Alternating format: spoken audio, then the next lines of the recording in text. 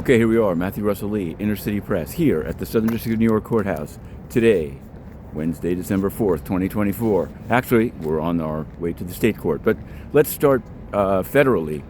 Trump yesterday, to the state court, Juan Merchan in specific, made a full motion to dismiss the entire case after conviction, prior to sentencing. It's a long one. We've written about it. You can find it on Inner City Press.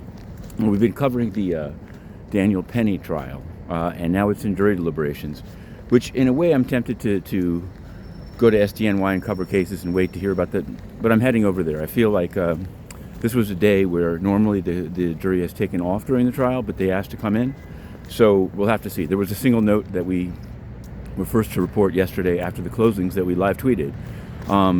In other news, Eric Adams seems to have, I don't know if he changed his position. His position now is that it's reflective of a social problem and that Daniel Penny was protecting. So it's interesting. His evolution continues. On the Diddy docket, we said yesterday that Matthew C. Smith of Abercrombie might be released. He was released in EDNY, $10 million bail, but it was at the agreement of the prosecutors, who admittedly are from a different district, EDNY. But I'm sure that Sean Combs is going to be citing that and saying, hey, bro, what's the difference? Because when he said that Jeffries had been released of Abercrombie, they said, well, Smith is detained, but Smith is now out. In other bail news yesterday, after the closing arguments in Penny, in the Mad Court, with no other media present, we witnessed the arraignment and release of one Joanna Smith-Griffin. She's a AI entrepreneur, now alleged fraudster. She had an AI firm that said it had contracts with the New York City school system, also the LA school system. Apparently took the money, splurged it on a huge wedding in Miami. Guns in the house. It's not guns. Her new there's guns in her house in North Carolina, but federal defenders say that that's going to be fine.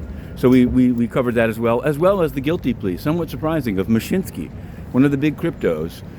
Celsius, he's been fighting it. He has Mark Mukasey. He's been fighting the case, and suddenly, on very little notice, and with nothing in the docket to indicate what the hearing was about, yesterday he pled guilty to a guideline of 360 months, 30 years. Very strange. Usually, when you plead guilty, you're getting less than the 30 years that the two counts contain, but there must be something there that we're missing, and we're going to continue to cover it without fail. We also cover the United Nations, where yesterday there was big news where in Seoul, soldiers in the parliament, martial law. Now I checked, Ban Ki-moon, the previous Secretary General, was from South Korea. But he had absolutely nothing on it. He said nothing about it. In fact, he seems at this point to be traveling around getting awards from Mongolia and other countries. But he was still not as bad as Antonio Guterres, the current Secretary General, who also had nothing to say on this. But it made me think, what's the difference between the two? Now, we reported while inside the United Nations on Ban Ki-moon's corruption by his brother, some mining in Myanmar, stuff like that. There was also a nephew that made some money off real estate near the UN. But these were relatives. Antonio Guterres, it's personal. He did not disclose his financial link to the China Energy Fund Committee through the Gulbenkian Foundation. And when we raised it, we were beaten up and thrown out. Now, Ban Ki-moon had us restricted in the UN, but he never thought you could have a media roughed up and thrown out and then just thumb your nose. But the other difference was, yes, Ban Ki-moon was silent on abuses by China, but Antonio Guterres is a global suck-up and sleazeball.